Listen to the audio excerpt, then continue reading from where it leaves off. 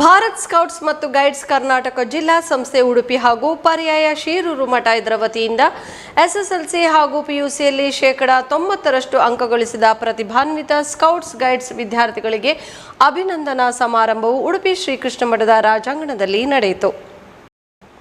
ಕಾರ್ಯಕ್ರಮವನ್ನು ಮಾಜಿ ಸಚಿವ ಭಾರತ್ ಸ್ಕೌಟ್ಸ್ ಮತ್ತು ಗೈಡ್ಸ್ ಕರ್ನಾಟಕ ರಾಜ್ಯ ಮುಖ್ಯ ಆಯುಕ್ತ ಡಾಕ್ಟರ್ ಪಿಜಿಆರ್ ಸಿಂಧ್ಯಾ ಉದ್ಘಾಟಿಸಿ ಮಾತನಾಡಿ, ಸ್ಕೌಟ್ಸ್ ಮತ್ತು ಗೈಡ್ಸ್ ಒಮ್ಮೆ ಸೇರಿದ ಮೇಲೆ ನಿವೃತ್ತಿ ಎಂಬುದು ಇರುವುದಿಲ್ಲ, ಬದುಕಿನ ಉದ್ದಕ್ಕೂ ಇರುತ್ತದೆ, ಜವಾಬ್ದಾರಿಯುತವಾಗಿ ನಡೆಸಿಕೊಂಡು ಹೋಗಬೇಕು ಎಂದರು.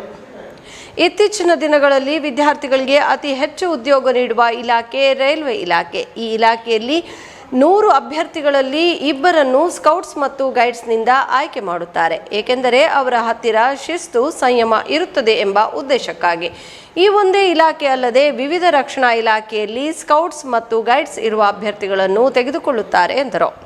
ತದನಂತರ 1200 ವಿದ್ಯಾರ್ಥಿಗಳಿಗೆ ಪ್ರತಿಭಾ ಪುರಸ್ಕಾರ ಮತ್ತು ಪ್ರಶಸ್ತಿ ಪತ್ರ, 1000 ನಗದು ಪುರಸ್ಕಾರ ನೀಡಲಾಯಿತು. ಕಾರ್ಯಕ್ರಮದಲ್ಲಿ ಭಾರತ್ ಸ್ಕೌಟ್ಸ್ ಮತ್ತು ಗೈಡ್ಸ್ ಜಿಲ್ಲಾ ಮುಖ್ಯ ಆಯುಕ್ತ ಇಂದ್ರಾಳಿ ಜಯಕರ್ ಶೆಟ್ಟಿ ಮತ್ತಿತರರು ಉಪಸ್ಥಿತರಿದ್ದರು. ಜಿಲ್ಲೆಯ ಅಧಿಕಾರಿಗಳಷ್ಟೇ ಅಲ್ಲ, ಎಲ್ಲರೂ ಸಹಿತ ನಾಚಿಕೆ ಪಡೋ ರೀತಿಯಲ್ಲಿ ಉಡುಪಿ ಜಿಲ್ಲೆಯ ಬಾವುಟವನ್ನು ಅವರು ಮೇಲಕ್ಕೇರಿಸಿದ್ದಾರೆ. ಈ ತಿಂಗಳಲ್ಲಿ ಅವರು ವಿಶ್ರಾಂತಿ ಆಗ್ತಾ ಇದ್ದಾರೆ. ಅವರ ವಿಶ್ರಾಂತಿ ಜೀವನ ಯಶಸ್ವಿಯಾಗಿರಲಿ.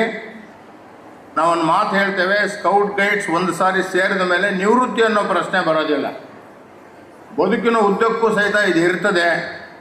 ತಾವು ಸ್ಕೌಟ್ ಗೈಡ್ಸಲ್ಲಿ ಒಂದು ಜವಾಬ್ದಾರಿಯನ್ನು ಹೊತ್ತು ನಡೆಸಬೇಕು ಅಂತೇಳಿ ನಾನು ಮಾನ್ಯ ಮಾರುತಿಯವರಲ್ಲಿ ವಿನಂತಿ ಮಾಡ್ತಾ ಇದ್ದೇನೆ.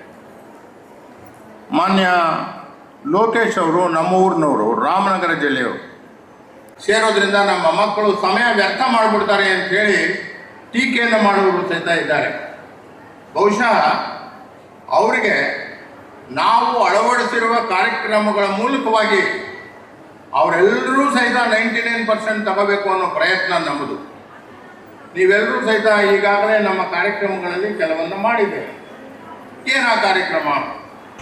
ವಿಶೇಷವಾಗಿ ಗಣೇಶಾಸನ.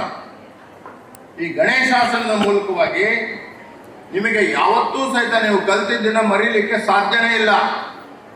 ಅದು ನಮ್ಮ ಯೋಗ ಕ್ಷೇತ್ರದ ಗುರುಗಳಾದ ಋಷಿ ಪ್ರಭಾಕರ್ ಅವರು ಸಿದ್ಧಿ ಸಮಾಧಿ ಯೋಗದ ಮೂಲಕವಾಗಿ 100ಕ್ಕೆ 100ರಷ್ಟು 8 ವರ್ಷದಿಂದ 13 ವರ್ಷದ ಒಳಗಡೆ ಇರ್ತಕ್ಕಂಥ ಮಕ್ಕಳು 1 ತಿಂಗಳ ಕಾಲ ಮೊಬೈಲ್, ಟೆಲಿವಿಷನ್, ಪೇರೆಂಟ್ಸ್ ಜೊತೆಯಲ್ಲಿ ಮಾತಾಡೋದು, ಸಸ್ಯಾಹಾರಿ ಊಟವನ್ನು ಮಾತ್ರ ತಗೊಳ್ಳೋದು, 30 ದಿನಗಳ ಕಾಲ ಯೋಗ ಸ್ಟೇಟಸಲ್ಲಿ ಕಲಿತರೆ ಜೀವನದಲ್ಲಿ ಅದನ್ನು ಮರೀಲಿಕ್ಕೆ ಸಾಧ್ಯವೇ ಇಲ್ಲ.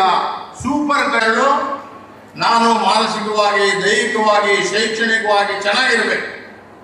2ನೇ ಬೆರಳು, ನಾನು ದೇವರಿಗೆ ಸೇವೆಯನ್ನು ಮಾಡ್ತೇನೆ. ದೇವರು ಅಂದ್ರೇನು? ಸತ್ಯವೇ ದೇವರು. 3ನೇದೇನು? ದೇಶಕ್ಕೋಸ್ಕರ, ಸಮಾಜಕ್ಕೋಸ್ಕರ ನಾನಿದ್ದೇನೆ. ಹೀಗಾಗಿ ಈ ಶ್ರೀಕೃಷ್ಣನ ಒಂದು ಲೋಗೋ ಅಥವಾ ಸಿಂಬಲ್ ಏನೇ ಈ 3 ಬೆರಳುಗಳು ಅಂತ ನೀವು ತಿಳ್ಕೋಬೇಕು.